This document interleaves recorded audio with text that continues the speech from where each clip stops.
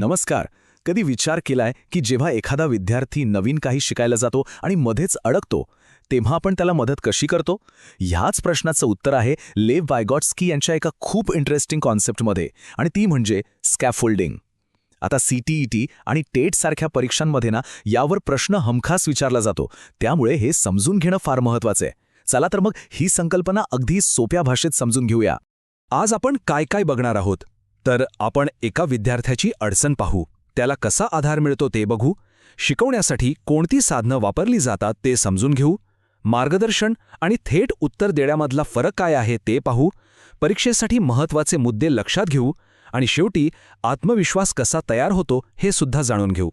तर पहिला प्रश्न, जेव्हा एखादा विद्यार्थी एखादी नवीन गोष्ट शिकताना अडकतो तेव्हा नेमकं काय होतं? ही एक अशी सिच्युएशन आहे जी आपण सगळ्यांनी कधी ना कधी अनुभवली आहे, बरोबर? चला एका गोष्टीमधनं हे समजून घेऊया. तर आपल्या कथेचा पहिला भाग आहे विद्यार्थ्याची अडचण, म्हणजेच शिकण्यामधलं आव्हान. वर्गात अशी परिस्थिती नेहमीच येते, नाही का, जिथे विद्यार्थी एखाद्या कठीण संकल्पनेसमोर येऊन थांबतो. हा आहे रोहन. तसा तो खूप हुशार आहे, शिकण्याची इच्छाही आहे, पण लांब भागाकाराची गणितं ती त्याला जमतच नाहीयेत, अगदी अशक्य वाटतायत. आणि आता हळूहळू तो निराश व्हायला लागलाय. मग आता यावर उपाय काय? इथेच आपण आपल्या पुढच्या टप्प्यात येतो, आधाराची रचना, म्हणजेच स्कॅफोल्डिंग. पाहूया रोहनच्या शिक्षिका प्रिया मॅडम या परिस्थितीत काय करतात. तर स्कॅफोल्डिंग म्हणजे नेमकं काय?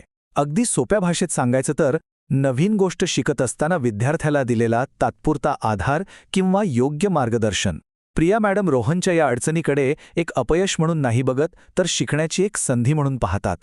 ही संकल्पना समजायला बांधकामाचं उदाहरण अगदी परफेक्ट आहे.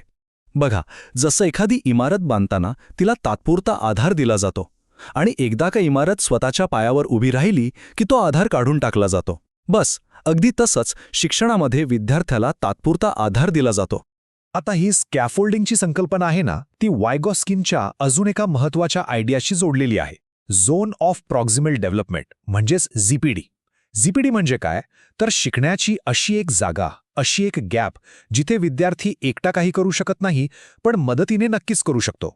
आणि स्कॅफोल्डिंग म्हणजे काय? तर याच गॅपमध्ये दिलेली मदत, तो आधार जो ही गॅप भरून काढतो. चला आता वळूया आपल्या तिसऱ्या भागाकडे, म्हणजेच शिकवण्याची साधना. बघूया प्रिया मॅडम रोहनसाठी स्कॅफोल्डिंगच्या कोणत्या प्रभावी पद्धती वापरतात. एका चांगल्या शिक्षकाकडे अनेक प्रभावी हत्यारं असतात, जसं की योग्य वेळी हिंट देणं, विचार करायला लावणारे प्रश्न विचारणं, एखादी गोष्ट स्वतः करून दाखवणं, मोठं काम छोट्या छोट्या भागांमध्ये तोडणं आणि सगळ्यात महत्त्वाचं योग्य वेळी फीडबॅक देणं. प्रिया मॅडम रोहनसाठी याच साधनांचा खूप छान वापर करणार आहेत. प्रिया मॅडम त्याला थेट उत्तर नाही सांगत, त्या फक्त एक छोटीशी हिंट देतात. चला आपण पहिली स्टेप एकत्र बघूया. बघा, यामुळे काय होतं, रोहनला विचार करायला एक दिशा मिळते. यानंतर त्या एक मार्गदर्शक प्रश्न विचारतात. बरं, तुला काय वाटतं यानंतर काय येईल? हा प्रश्न रोहनला फक्त उत्तर शोधायला नाही, तर उत्तरापर्यंत पोहोचण्याचा मार्ग शोधायला लावतो. आणि हा एक खूप खूप महत्त्वाचा मुद्दा आहे, मार्गदर्शन करणं आणि थेट उत्तर देणं यातला फरक. एक शिक्षक म्हणून हा फरक समजून घेणं खूप गरजेचं आहे. इथे बघा, फरक अगदी स्पष्ट दिसतोय. स्कॅफोल्डिंग विद्यार्थ्याला उत्तर शोधायला शिकवतं, ज्यामुळे तो स्वतंत्र बनतो. याच्या उलट स्पून फीडिंग त्याला फक्त उत्तर देतं, ज्यामुळे तो परावलंबी बनतो आणि त्याची विचार करायची क्षमताच कमी होते. चला आता या सगळ्या माहितीचा परीक्षेसाठी कसा उपयोग करायचा यावर लक्ष देऊया. परीक्षेमध्ये यश मिळवण्यासाठी काही महत्त्वाचे मुद्दे पाहू. परीक्षेसाठी हे मुद्दे पक्के लक्षात ठेवा. सगळ्यात महत्त्वाचा शब्द आहे तात्पुरता आधार. हे कुठे वापरलं जातं? तर ZPD मध्ये. इथे शिक्षकांची भूमिका काय असते? फॅसिलिटेटरची, म्हणजे मदतनीसाची. आधार हळूहळू कमी केला जातो. आणि आपलं अंतिम ध्येय काय असतं? तर स्वतंत्र शिक्षण.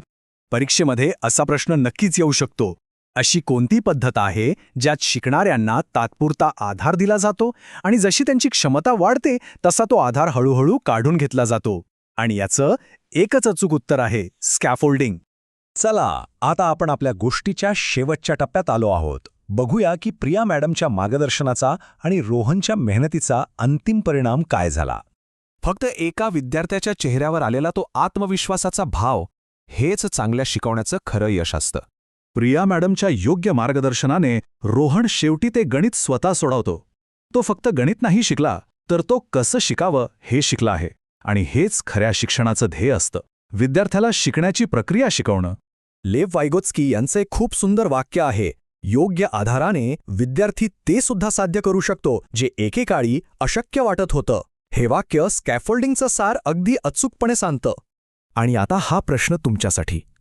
तुम्ही तुमच्या विद्यार्थ्यांसाठी ही आधाराची म्हणजेच स्कॅफोल्डिंगची रचना कशी तयार कराल यावर नक्की विचार करा.